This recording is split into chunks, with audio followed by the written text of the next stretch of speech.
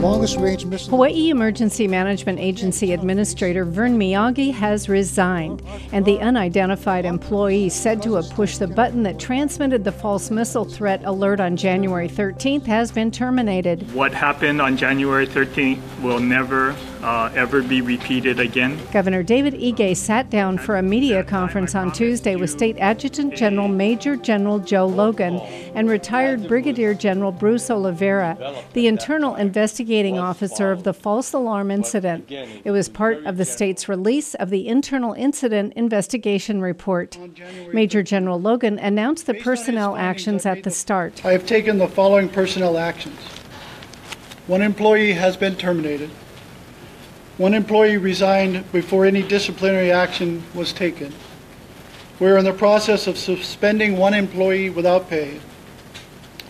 And finally, after numerous discussions over the past 2 weeks with Major General Miyagi, a respected military leader, an honorable man, has taken full responsibility for the incident of January the 13th and the actions of all his employees.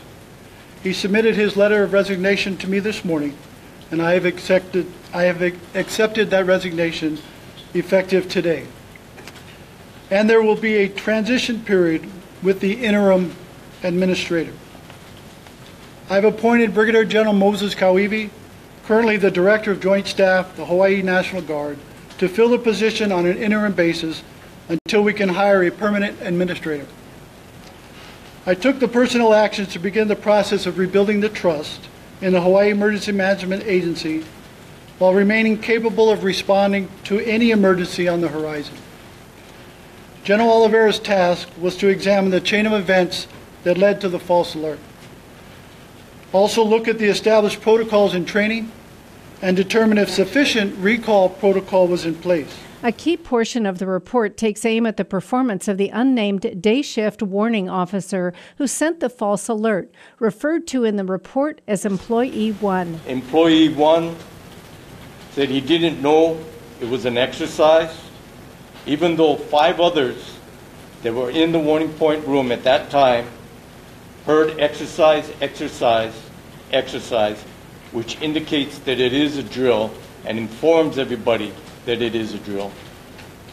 Furthermore, when it became apparent that the real-world alert was issued, Employee 1 seemed confused, he froze, and another employee had to take over his responsibilities. Employee 1 also had a history of confusing drill and real-world events. The employee has been on for over 10 years. And throughout the 10 years, there have been indications that, well, there have been reports that he has performance issues. And throughout the 10 years, he has confused drills at least 2 times, a real-world drill and a practice drill. It has been noted. They made on-spot corrections. He has been counseled, and it has ended there. And so to clarify, this employee has been terminated?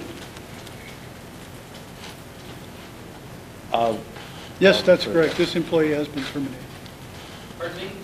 Yes, that's correct. The employee was terminated. And the midnight shift supervisor, this employee has been put on leave. What's happened with that employee? That employee has not been disciplined in any way based on the recommendations and findings within the report. But the warning was a false alert. The state shared its findings as the Federal Communications Commission met in Washington in an open meeting to discuss its own preliminary report on the matter. The people of Hawaii are justifiably livid. They demand answers, and so do we. Good morning, Chairman Pai and Commissioners. James Wiley, the attorney advisor in the FCC's Cybersecurity and Communications Reliability Division, talked about the newly emerging narrative that the unidentified employee thought the threat was real. The incoming day shift supervisor thought that the midnight shift supervisor intended to conduct a drill for the midnight shift warning officers only, those that were ending their shift, not for the day shift officers, those beginning their shift. As a result, the day shift supervisor was not in the proper location to supervise the day shift warning officers when the ballistic missile defense drill was initiated. At 8:05 a.m., the midnight shift supervisor initiated the drill by placing a call to the day shift warning officers, pretending to be U.S. Pacific Command. The supervisor played a recorded message over the phone. The recording began by saying, "Exercise, exercise, exercise," language that is consistent with the beginning of the script for the drill. After that, however, the recording did not follow the Hawaii Emergency Management Agency's standard operating procedures for this drill. Instead, the recording included language scripted for use in an emergency alert system message for an actual live ballistic missile alert. It thus included the sentence, "This is not a drill." The recording ended by saying again, "Exercise, exercise, exercise." 3 on-duty warning officers in the agency's watch center received this message simulating a call from U.S. Pacific Command on speakerphone. According to a written statement from the day shift warning officer who initiated the alert, as relayed to the Bureau by the Hawaii Emergency Management Agency, the day shift warning officer heard, "This is not a drill," but did not hear, "Exercise, exercise, exercise." According to the written statement, the day shift warning officer therefore believed that the missile threat was real. At 8:07 a.m., this officer responded by transmitting a live incoming ballistic missile alert to the state of Hawaii. The day shift warning officer used software to send the alert. Specifically, they selected the template for a live alert from a drop-down menu containing various live and test alert templates. The alert origination software then prompted the warning officer to confirm whether they wanted to send the message. The prompt read, "Are you sure you want to send this alert?" The warning officers who heard the recording in the watch center report that they knew that the erroneous incoming message did not indicate a real missile threat, but was supposed to indicate the beginning of an exercise. Specifically, they heard the words, "Exercise, exercise, exercise." The day shift warning officer seated at the alert origination terminal, however, reported to the Hawaii Emergency Management Agency after the event their belief that this was a real emergency, so they clicked yes to transmit the alert. Because we've not been able to interview the day shift warning officer who transmitted the false alert, we're not in a position to fully evaluate the credibility of their assertion that they believed there was an actual missile threat and intentionally sent the live alert, as opposed to believing that it was a drill and accidentally sending out the live alert. But it is worth noting that they accurately recalled after the event that the announcement did say, "This is not a drill." This incident should and is, I hear, serving as a catalyst for every state and locality to review their emergency alert processes.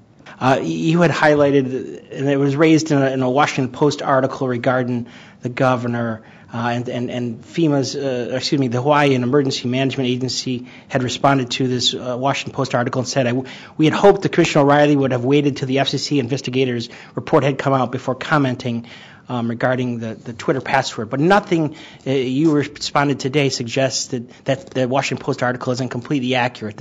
The reason that the governor did not respond is because he couldn't find his password. Is that right? That's how it's been reported in the news. I had the privilege of working for the people of the state of Hawaii when I served as counsel to the late Senator Daniel Inouye. So I know its residents are graceful and resilient. I'm sure, too, that they are aware, like all of us, of new vulnerabilities in the Pacific. When this incident occurred, I reached out to folks in Hawaii who I had worked with in the past in order to try and understand just what had happened. And they had only harrowing tales to tell. Imagine knowing you had only minutes left to live before everything you hold dear could be destroyed. What would you do? When this threat was over, I'm sure that people in Hawaii held their children a little bit closer.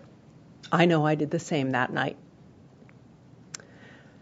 As Senator Brian Schatz said, this system failed miserably. We need to improve it and get it right.